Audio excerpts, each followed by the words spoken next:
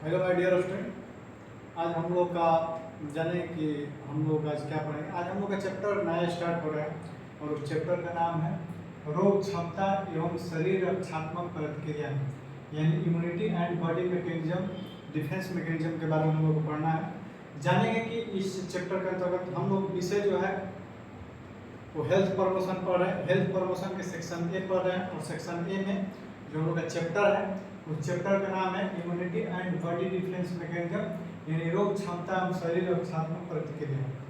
जानेंगे कि इसके बारे में सब क्या होता है। सबसे पहले हम लोग जानेंगे कि रोग क्षमता या प्रतिरोधकता क्या होता है। इसको रोग प्रतिरोधक क्षमता के भी नाम से हम लोग जानते हैं। अलग अलग किताबों में अलग अलग इसको शब्द आपको देखने को मिल सकता है, जिसको रोग क्षमता कह सकते हैं, रोग प्रतिरोधकता कह सकते हैं, इम्यूनिटी भी कह सकते हैं, रोग प्रतिरोधक क्षमता भी आप कह सकते हैं। तो ये सब जो चीज़ें हैं आप तीनों को एक ही नाम से जानते हैं, जिसका नाम होता है रोग प्रतिरोधक क्षमता। जानेंगे कि रोग प्रतिरोधक क्षमता क्या होता है। हम लोग जानते हैं कि हमारे शरीर में जब किसी भी प्रकार के रोग कारक प्रवेश करते हैं, जब हमारे शरीर में रोग फैलाने वाले जो भी रोग कारक प्रवेश करते हैं, तो प्रवेश करने के बाद हम लोग का शरीर उसके विरुद्ध काम करता है। उसके विरुद्ध हम लोग का शरीर जो होता है एक्टिव रहता है और वो नहीं चाहता है कि हमारे शरीर में किसी प्रकार के रोग फैले। तो उसके लिए जो प्रतिरोध उत्पन्न करता है उसी को बोलते हैं रोग प्रतिरोधक क्षमता। तो परीक्षा में इसका परिभाषा हमेशा आता है कि रोग प्रतिरोधक क्षमता का परिभाषा लिखें, तो आप लिख सकते हैं कि शरीर में हम लोग को या रोग कारकों के शरीर में प्रवेश करने के बाद उनके खिलाफ जो हम लोग का शरीर काम करता है या लड़ने का काम करता है उसी को हम बोलते हैं रोग प्रतिरोधक क्षमता, इम्यूनिटी पावर। इम्यूनिटी पावर क्या है? तो हम लोग के शरीर में जो भी रोग कारक प्रवेश करते हैं उस रोग कारकों को ये मारने का काम करता है या अपना एक शक्ति दिखाता है, उसी को हम बोलते हैं इम्यूनिटी पावर। ठीक है, फिर इसका परिभाषा एक बार और बता देते हैं कि रोग प्रतिरोधक क्षमता किसको कहते हैं। तो रोग कारकों के शरीर में प्रवेश होने पर शरीर द्वारा उनके प्रतिरोधक तत्व निर्माण करने की प्रक्रिया को हम लोग बोलते हैं प्रतिरोधक क्षमता, यानी जो भी हम लोग का शरीर उसके लड़ने के विरुद्ध काम करता है उसी को हम बोलते हैं प्रतिरोधक क्षमता। जानेंगे कि प्रतिरोधकता कितने प्रकार का होता है। कई प्रकार के प्रतिरोधक होता है। प्रतिरोधकता कितने प्रकार का होता है, टाइप्स ऑफ इम्यूनिटी। तो टाइप्स ऑफ इम्यूनिटी की यदि हम बात करते हैं तो जन्मजात प्रतिरोधकता, यानी कहने का मतलब होता है कि टोटल हम लोग का प्रतिरोधकता जो होता है 6 प्रकार का होता है मुख्य रूप से, और उस 6 प्रकार में पहला जो प्रकार होता है उसको जन्मजात प्रतिरोधकता बोलते हैं। जन्मजात प्रतिरोधकता किसको हम लोग कहेंगे? तो वैसा प्रतिरोधक क्षमता या वैसा प्रतिरोधकता जो कि जन्म के समय ही मिल जाता है। और जन्म के समय में क्या होता है कि जैसे कि हम लोग जानते हैं कि जन्म के समय माँ में जो जितना प्रतिरोधकता पाई जाती है, जिस तरह के प्रतिरोधक लेवल पाया जाता है, उस माँ के प्रतिरोधकता से ही बच्चा में क्या हो जाता है, प्रवेश हो जाता है और समाहित हो जाता है और वहाँ से वो बच्चा जन्म लेता है। जो प्रतिरोधकता आपको जन्म से ही मिले, जो प्राकृतिक होता है, तो उससे हम लोग बोलते हैं जन्मजात प्रतिरोधकता, जो कि माँ के बाद बच्चा में ऑटोमेटिक मिल जाता है और वो प्रतिरोधकता। और वो जन्मजात प्रतिरोधकता भी होता है 2 प्रकार के। पहला होता है विशिष्ट प्रतिरोधकता। विशिष्ट प्रतिरोधकता का मतलब क्या है? कोई खास बीमारियों से लड़ने के लिए, जैसे पोलियोमाइलिटिस हम लोग कह देते हैं, मिजलस कहते हैं, लेप्रोसी कहते हैं, ये इस तरह की कोई भी बीमारियां जो होती हैं जो कि खास तरह की बीमारियां हैं, उस तरह के रोगों से लड़ने के जो शरीर में पावर पाया जाता है उसको विशिष्ट प्रतिरोधक क्षमता बोलते हैं, यानी किसी खास रोग से लड़ने का काम करता है। दूसरा जो होता है ये है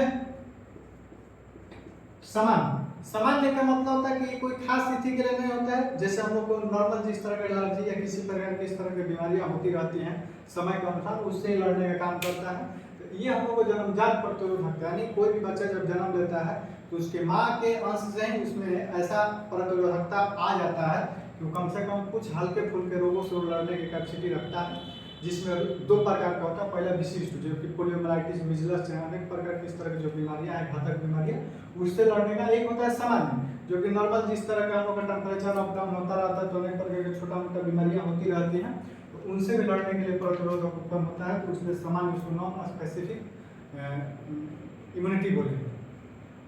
उसके बाद दूसरा का जो होता है उपार्जित प्रतिरोधकता। उपार्जित का मतलब होता है कि हम लोग के द्वारा अपने से किसी भी तरह से अर्जित किया हुआ या कहीं बाहर से लिया गया। जैसे कि आपको पता है जन्मजात, तो वो हुआ क्या, जन्मजात यानी कि प्राकृतिक रूप से मिल जाता है।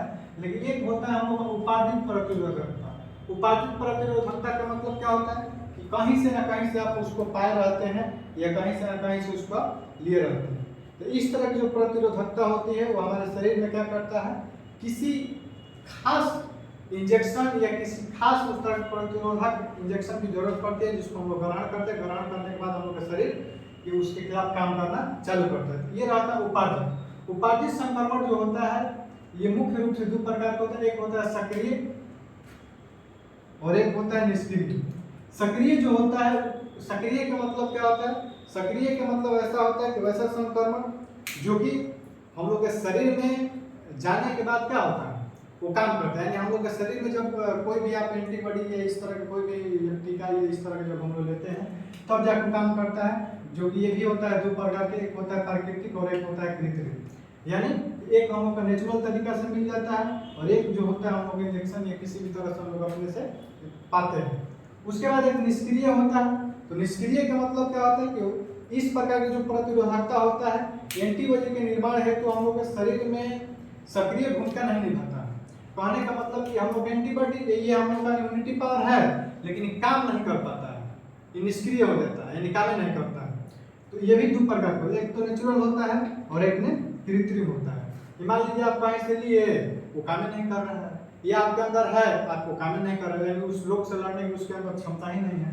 तो इस तरह से संक्रमण हो। उसके बाद हर्ट प्रतिरोधकता होता है।